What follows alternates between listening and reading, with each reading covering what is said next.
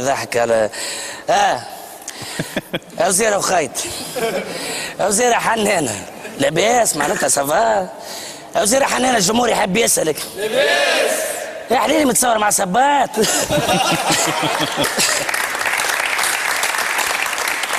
شو معناتها متصور مع غير شنو سبات ليلى؟ رانا نقول لكم شدونا ليلى مش تشدوا سبات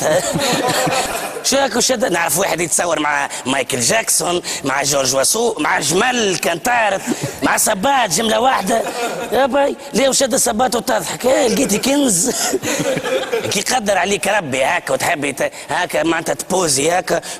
لبستي روبه ولا قفطان تصورتي بيه وش بيه هذا حزب المؤتمر هذا المرزوق يحكي على السبات وعلى الكلاست وهذا متصور مع سبات يا اخوي نحوها ملك المرايه ذيك اللي حطينا شعار تاع حزب وعملوا حزب اخر حطوا سبات ولا شليك احنا ما تشلكنا ما هذاك اللي مزي اسمع بيني باش نسالك دفعتك 30 دينار هذيك بتاع المعرض ولا رسكيتي؟ راك خرجتي شيخ عاد كيفاش الشعب دفع 30 دينار وانت ما دفعتي حتى فرنك. واسمع انت مره فاتت حق ما هي رفعت قضيه بكا اللي قال تحلي جبن نرفع بك قضيه توا تطيح قدر هذه وزيره متصور مع صباط لقيت يعطينا قدر نتصلوا باقرب مركز شرطه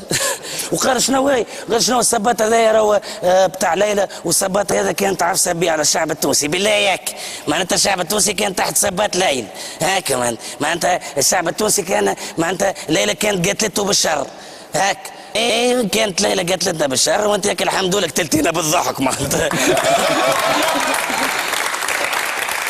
شيطو بالله نحب نفهم عابد شيت سبات تصور اخي غالي عليك يكرمي بابا منصف تو يشريهولك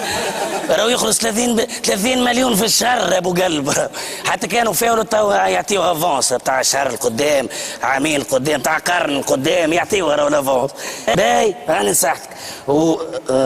كما قال شكسبير صب في اليد ولا ليله في السعوديه